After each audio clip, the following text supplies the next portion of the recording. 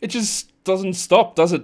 Another trade in the NBA. Kristaps Porzingis is gone. We thought Boston would be clearing out. They have. I don't know if they're finished. He's gone to Atlanta. 3-team trade. Michael Bolton. Thanks, Josh. It's Michael Bolton here, and it's time for another episode of the Locked On Fantasy Basketball Podcast. Let's get to it. Let's get to it, indeed. You are Locked On Fantasy, your daily NBA fantasy podcast. Part of the Locked On Podcast Network, your team every day. Hello and welcome to the Locked On Fantasy Basketball Podcast, brought to you by Basketball Monster. My name is Josh Lloyd, and I engaged in intercourse with your spouse or significant other. I'm also the lead fantasy analyst at basketballmonster.com, and thank you for making Locked On Fantasy Basketball your first listen every day. We are free. We are available on all platforms. Live NBA draft show is coming tomorrow, 8 p.m. Eastern. Live on YouTube. Join me while the draft is happening. This will be the last show that I record today. I was going to be doing the second half of the Pacers preview, but just too much stuff. Mock draft, multiple trades, 3 big trades have gone down in about the last 18 hours.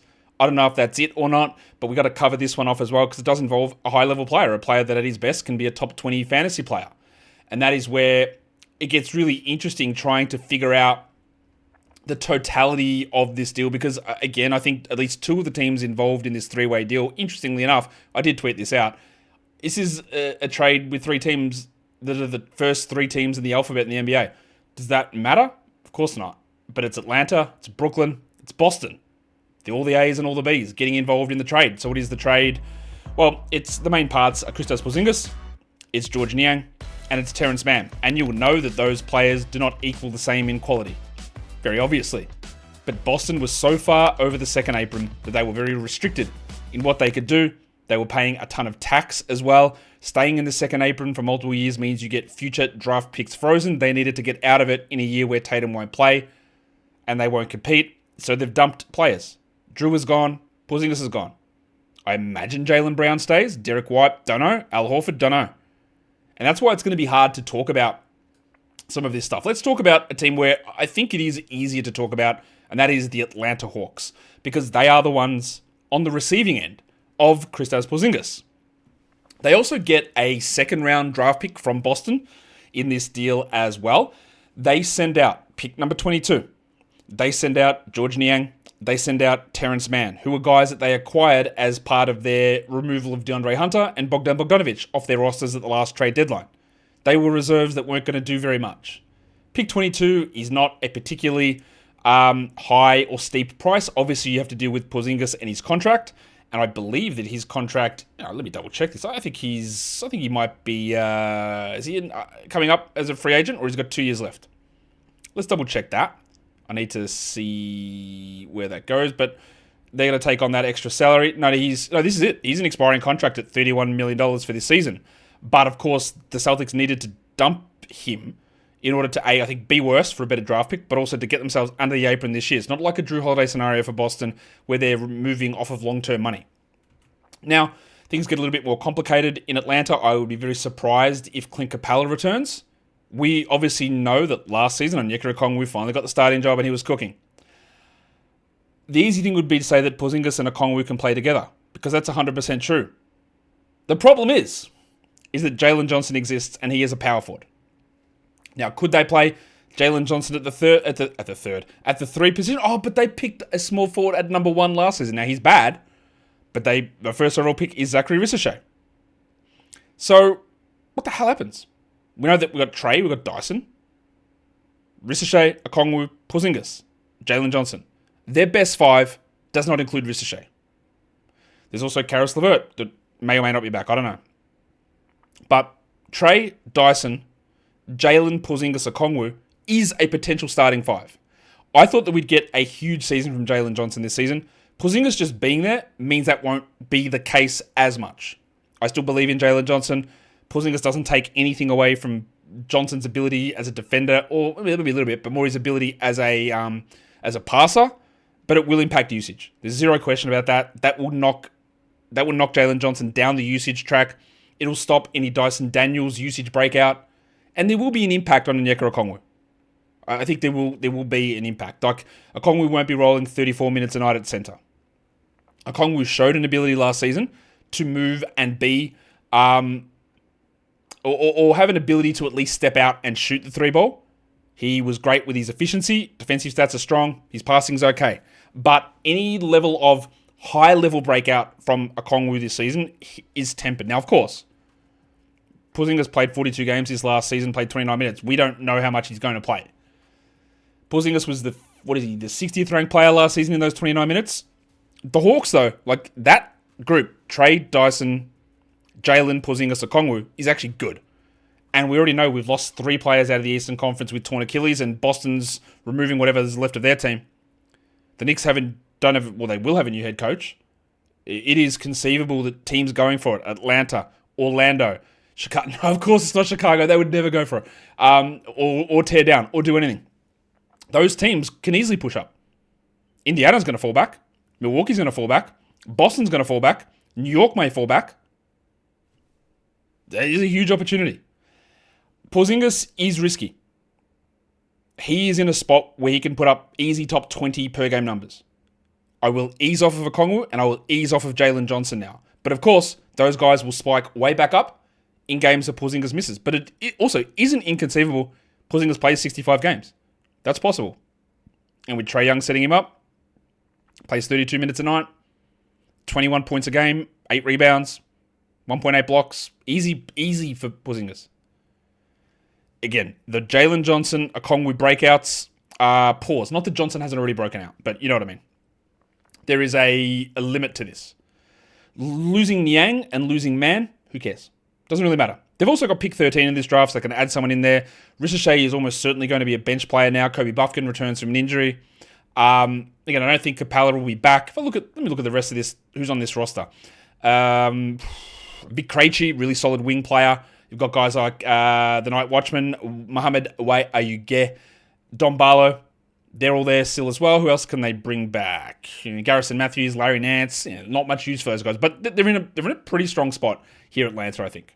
But when you get better and you add better players, Okongwu and Johnson, who we thought would step up, and even Dyson stepping up with ball handling or usage, will not. Dyson's usage in that stepped up when Jalen went out, and now he has to deal with a full season, theoretically, of Jalen and Porzingis. So just be very cautious of your Dyson Daniels thoughts for this season.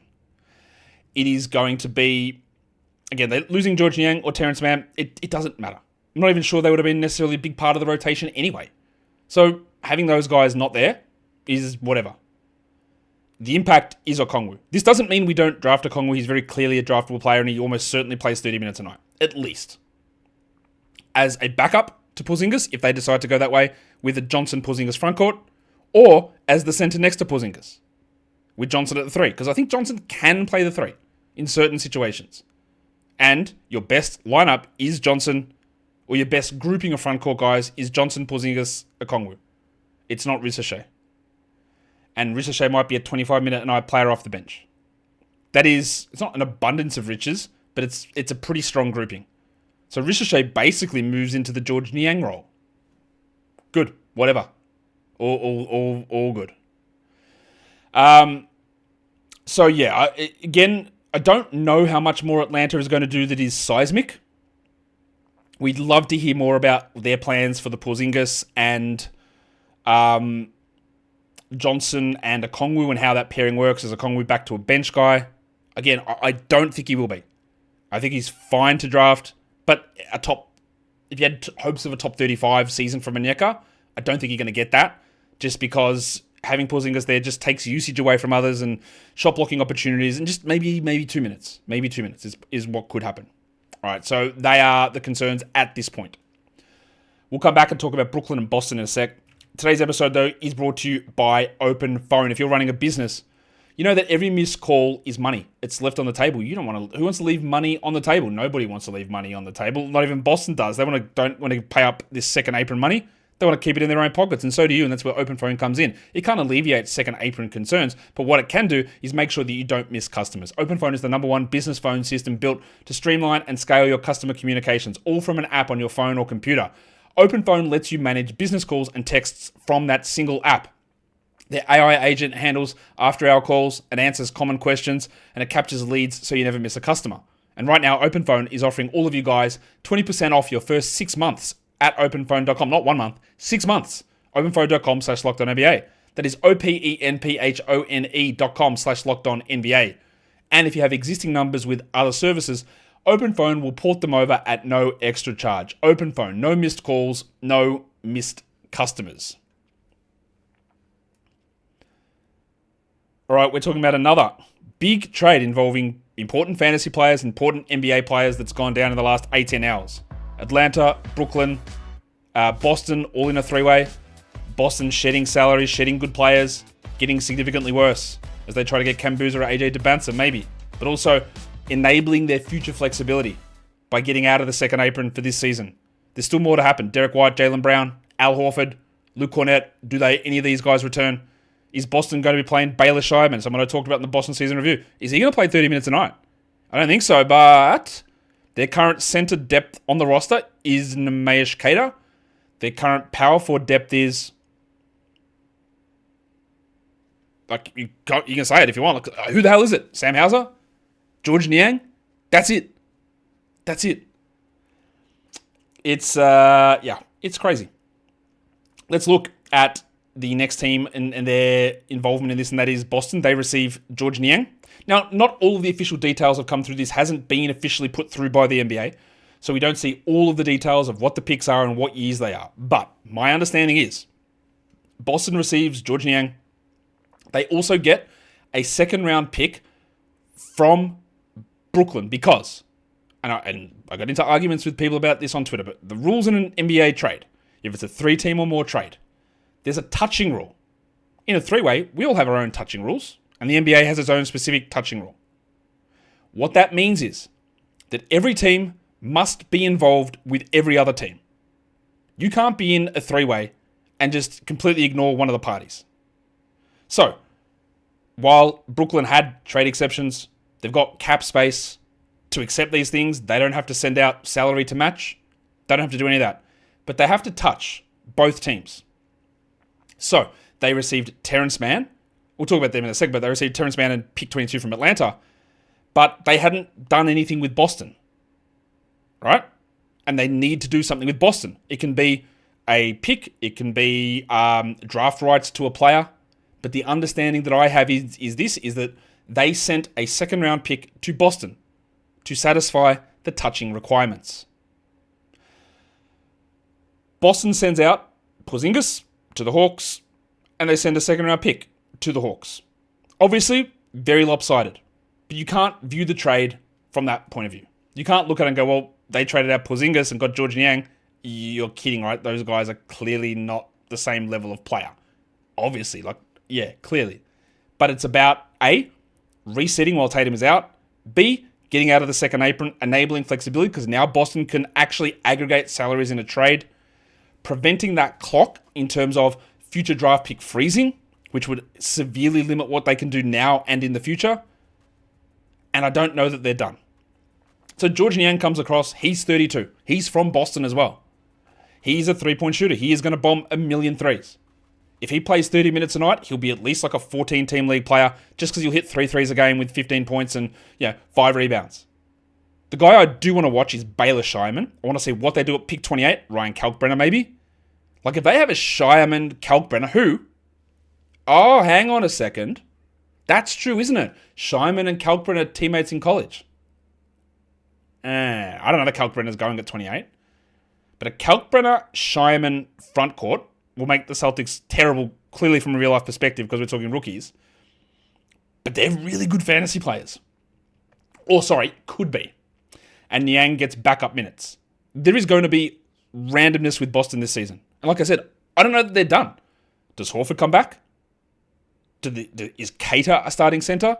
Does Luke Cornett become the starting center? I honestly don't know. There's still a lot to happen with Boston through the draft, through free agency, because their roster is bereft of anything. It's brown, it's white. Like, that's it. It's Brown and White, who are good players. It's Pritchard as well. Who Oh, yeah, of course. And Anthony Simons. But again, like, still got White, Simons, and Pritchard. Can all three of those start together? No. So, like, Pritchard's breakout maybe isn't there. It's hard to dig into all of the Celtics details yet because there's way more to happen. All of the intrigue in Boston, though, is going to be in the front court. Tatum was their power forward last season. Al Horford played power forward as well. Free agent. Porzingis was their center. Gone. We don't know who fills any of these spots. So there is still a lot to happen. We keep an eye on Niang. We keep an eye on Shyman, Cornette, Horford, pick 28, pick 32. Whatever they do with these picks is going to be like incredibly interesting from a fantasy impact point of view because there are just a million holes in this roster. A lot of guards. White, Simons, Pritchard, Brown. Brown will play the 3. Theoretically, he can play the 4. You don't want him doing that all season, especially with his busted-ass knee. So we can talk more about that stuff when we get more clarity on the roster, but at this point, I'd imagine Pritchard still comes off the bench, and his impact will be similar to last season. Pretty similar, I would think, as Simons and White start together. But could they move on from Simons? I honestly, a lot can still happen with this Celtic squad. And it is a hard one to judge because there are just gaping, chasmic, not a real word, but you know what, relating to a chasm, you know what I mean, in that front court. We'll talk about the Brooklyn side in a sec. Today's episode is brought to you by Wayfair. There is nothing like stepping into your own outdoor space and feeling like you've escaped to a personal oasis. You might want to update your patio this season. Wayfair has made it so easy to turn it into a space that feels like yours, comfortable, stylish, and ready for summer. Wayfair has everything that you need to level up your outdoor space. They've got the old conversation set. Do I know what a conversation set is? No, but it sounds cool. Outdoor bars. I know what that is. I know what bars are. I've got bars. I drink at bars. I've got outdoor bars. I've got indoor bars. But Wayfair's got the outdoor bars. Fire pits, hot tubs, gazebos. And yeah, even the perfect string light setting for your outdoor space. You want somewhere to gather friends? You want somewhere to sit and relax?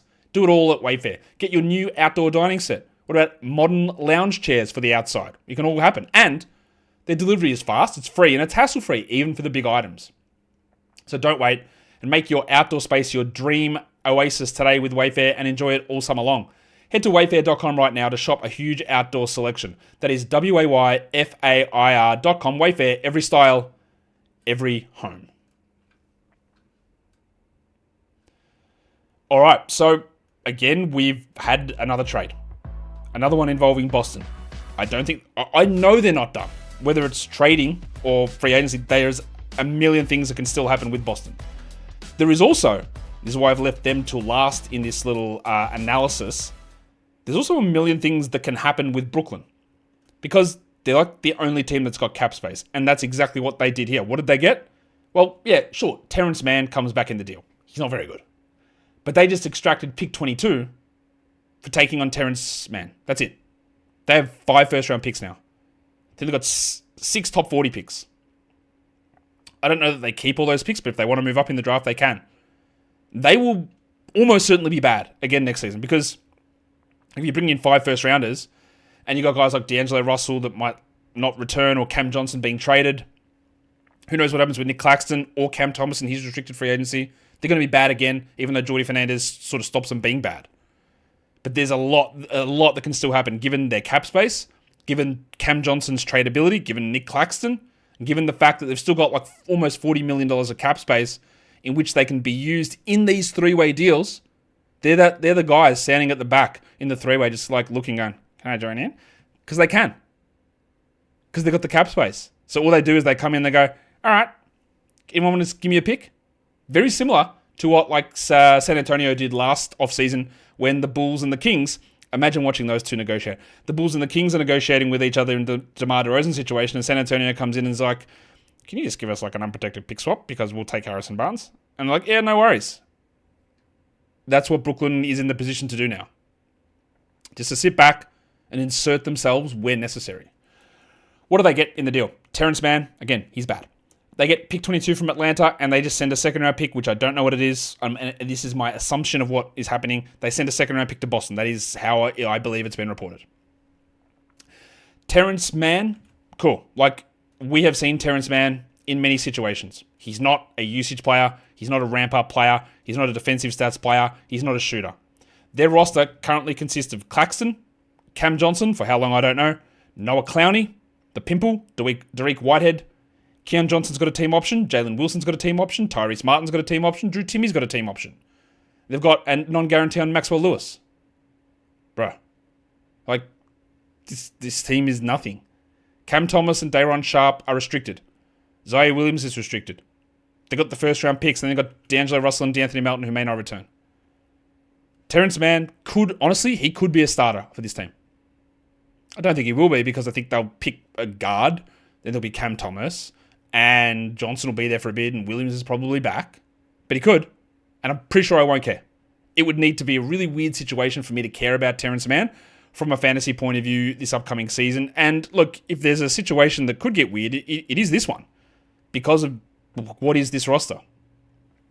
Mann is 29. He only had 15 usage and played 21 minutes last season. He shot 37 from 3, which is fine. The volume's not high. He, at times, has been used as a point guard. I don't think that's really him. He doesn't get defensive stats in a big way anymore. There's a chance he's like a 14 to 16 team league option at some point during the year.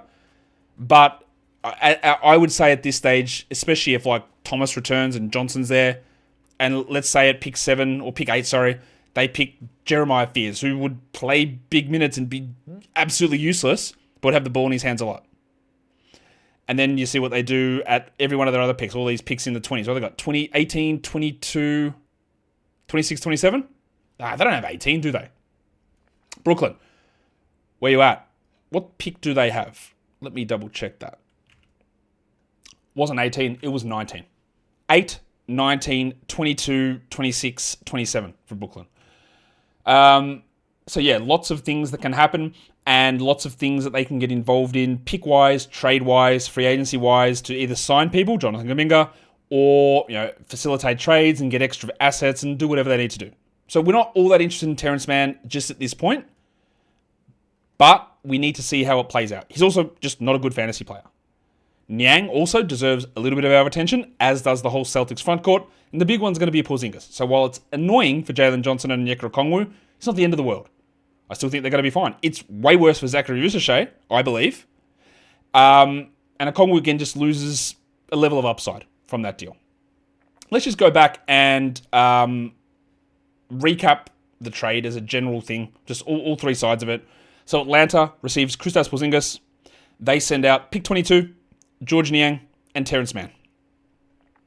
Boston receives George Niang, a second-round pick. Don't know which year, don't know what pick. They send out Kristaps Porzingis and a second-round pick. Obviously, they do it for financial reasons. And then Brooklyn receives Terrence Mann and pick 22, and they send out an unspecified second-round pick. That's the trade. That's what went down. I'm just going to make a quick check, because last time I did this, I posted a video, then there was another deal that went down. And just, stuff happening all the time. Maybe let me just go check and see if something else insane has happened as I'm just finishing recording this, just so we cover off all our options. All right, so all that has happened in the time we're recording this is that Kyrie Irving has declined his player option and will sign a 3-year deal with the Mavs. Of course, he's going to miss the majority of this upcoming season as well, but he's staying in Dallas. So that's that done, and it's not anything league-shattering, not that these are league-shattering, but they're obviously league-changing. We got less than 24 hours until the NBA draft. I'll be going live during the NBA draft, obviously talking about the picks and anything that happens and trying to react in the moment, and then we'll be covering off a bunch of NBA draft recap shows after that, Dynasty shows, and then some other stuff, because after that, then I head away for a few weeks. I'm having some vacation time, and there'll be sporadic shows during that I pre-record with some sort of more evergreeny type of stuff. Guys, it has been an incredibly busy time. I appreciate everyone that's here. I want to see you guys there live in the chat tomorrow. It's fun. It's exhausting. Wrapping our head around this stuff. Don't stress too much, because there's way more. It's why. Okay. Side note. I know Kingy's you might be watching this. I don't know, Kingy, if you're watching this. This is why I don't like to do mock drafts straight after the season's finished, because look what's happened already. A million things that change everything over completely. And when we talk about this, there are certain teams here, it's hard to tell you anything about Boston or Brooklyn or Portland, because their rosters still make absolutely no sense, and a million things are going to change, completely upending it. And you know what we can't predict? what's going to happen. That's part of the joy of this, is that we don't know who thought that Jordan Poole was getting traded for CJ McCollum? Who in a million years thought Drew Holiday was heading to Portland? Yeah, we thought Porzingis was gone, but Atlanta's in the mix? And now Okongwu's pushed back down again? Maybe, who knows? It's wild. Guys, hit the subscribe button. You won't miss a show. You'll be here live. I know you will. I'll check in with you tomorrow. I'd not do another one today. Guys, we are done here. Thank you so much for listening, everyone. See ya.